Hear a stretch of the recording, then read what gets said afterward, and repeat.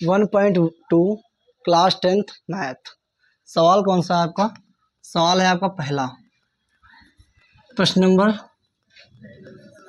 Number 1 क्या है?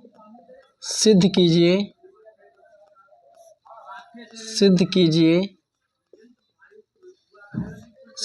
कि √5 एक अपरिमेय संख्या है। अपरिमेय संख्या है। क्या करना है? हमें सिद्ध करना है कि √5 एक अपरिमेय संख्या है। हमें ये चीज़ बताना है कि √5 क्या है? एक अपरिमेय संख्या है। जबकि हम जानते हैं कि ये क्या है? एक अपरिमेय संख्या ही है, लेकिन फिर भी हमें इसे सिद्ध करना है कि √5 क्या है? एक अपरिमेय संख्या है। देखिए, परिमेय संख्याएं क्या होती हैं? ऐसी संख्याएं जो P/Q के रूप में लिखी जाती है, वो संख्याएं क्या कहलाती है? हमारी परिमेय संख्याएं। लेकिन अपरिमेय संख्या क्या होती है? जो P/Q के रूप में लिखी नहीं जा सकती, उसे हम क्या बोलते हैं? अपरिमेय संख्या। लेकिन ये धारणा हमारी क्या है? गलत धारणा से हमें क्या करना है? इसको सिद्ध करना है कि अपरिमेय संख्या हमारी ये √5 है। हालांकि हम जानते हैं कि √5 एक अपरिमेय संख्या है, लेकिन फिर भी हमें इसके विरोधाभास से सिद्ध करना है कि √5 एक अपरिमेय संख्या है। तो हम क्या करेंगे? इसी संख्या को मानेंगे। तो लिखेंगे यहाँ पर हल माना √5 एक परिमेय संख्या है। परिमेय संख्या है। हमने क्या किया? इस संख्या को मान लिया एक अपरिमेय संख्या है। तो सवाल हमारा क्या कह रहा है कि सिद्ध कीजिए कि √5 एक अपरिमेय संख्या है। तो हमने क्या किया कि माना √5 एक क्या है? परिमेय संख्या है। जब परिमेय संख्या हमने माना है तो परिमेय संख्या का मेथड भी लगाएंगे। √5 को हम मान लेंगे a और b के रूप में, क्योंकि परिमेय संख्या को हम क्या लिख सकते हैं? P/Q के रूप में ना। P/Q के रूप में लिखो चाहे a/b के रूप में लिखो, बात आपकी एक है। तो यहाँ पर a और b क्या है? आपकी परिमेय संख्या है। जहाँ a व b क्या है? भाज्य संख्या है। क्या है? भाज्य संख्या है। a व b भाज्य संख्याएं हैं। a व b क्या है? भाज्य संख्याएं। तो जब √5 हमने a/b के रूप में बराबर कर लिया है ना, और ये दोनों क्या है? भाज्य संख्या। भाज्य संख्या मतलब जो संख्याएं विभाजित हो सके, वो क्या है? आपकी भाज्य संख्या है। तो हमने इसको इसके बराबर माना, इसको जो है ना इसके बराबर माना। जब इसके बराबर माना हमने, तो हम क्या करेंगे? इसके बराबर फॉर्मूला लगाएंगे। लिखेंगे √5 बराबर a/b, दोनों पक्षों में वर्ग करने पर। अब हम क्या करने जा रहे हैं? सिद्ध करने जा रहे हैं। दोनों पक्षों में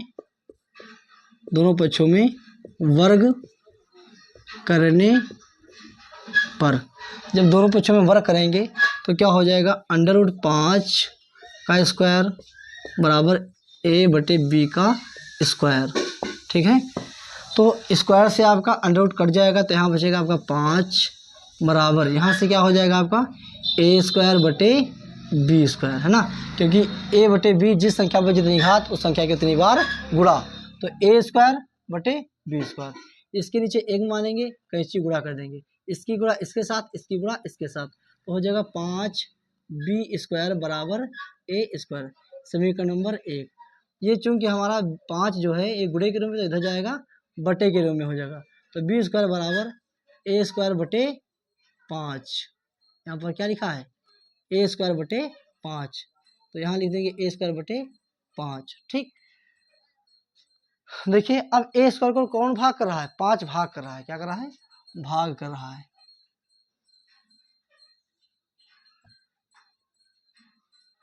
5 क्या कर रहा है? भाग कर रहा है। ठीक, तो हम क्या लिखेंगे यहाँ पर?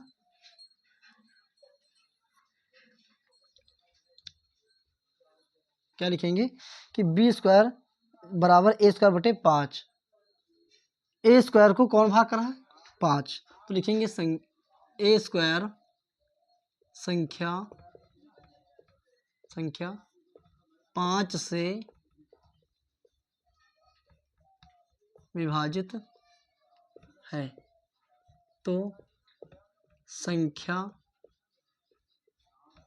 a भी 5 से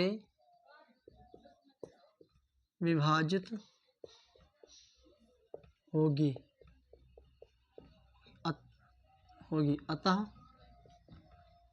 अतः ए बराबर 5। ए का मान क्या आ जाएगा 5। 5 सी मान लेंगे। सी क्या है, एक कांस्टेंट है जिसका मान 1 होता है, तो सी का मतलब क्या है, नियतांक। ठीक, तो ए बराबर, अगर ए स्क्वायर, देखिए ए स्क्वायर को कौन भाग कर रहा है, 5, तो ए को भी तो 5 भाग करेगा।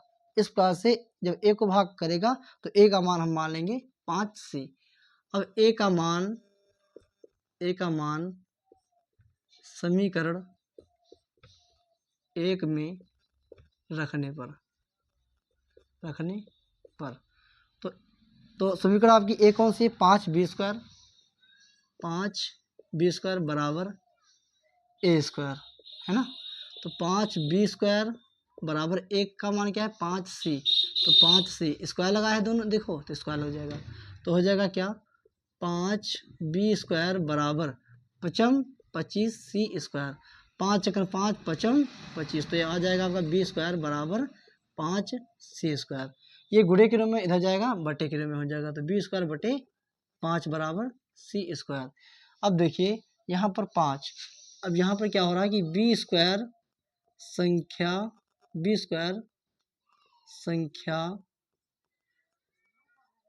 5 से विभाजित है, तो b भी 5 से विभाजित होगा।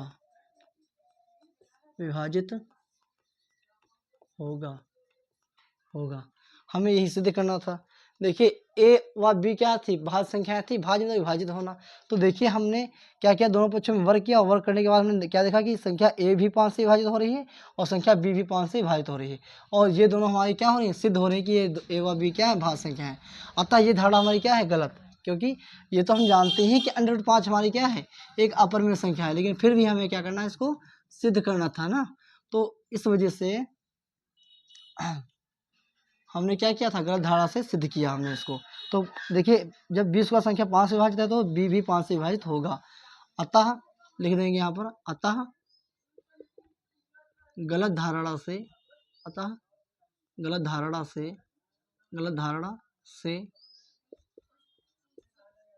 सिद्ध होता है, अतः सिद्ध होता है कि अतः गलत धारणा से सिद्ध होता है कि √5 एक, अतः गलत धारणा से सिद्ध होता है कि √5 एक परिमेय संख्या है,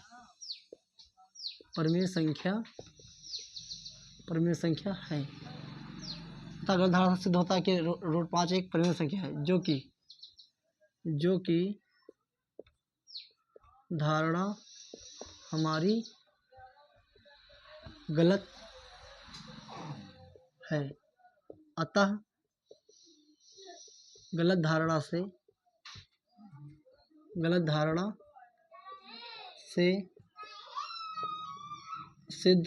सिद्ध होता है कि √5 एक अपरिमेय संख्या है,